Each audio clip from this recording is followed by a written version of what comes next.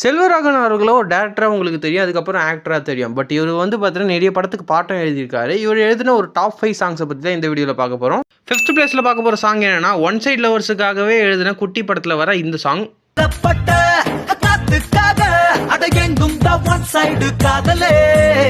4th பிளேஸில் பார்க்க போகிற சாங் என்னன்னா, பாப்பாண்டி படத்தில் வர ஃபீல் குட்டாக வர இந்த சாங்.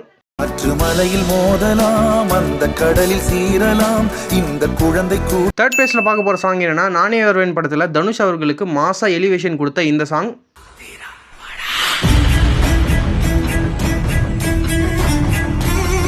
2nd பிளேஸில் பார்க்க போகிற படத்தோட சாங் என்னன்னா, 1001 படத்தில் பயங்கரமாக எல்லாரையும் வைப் ஆக்குன இந்த சாங்.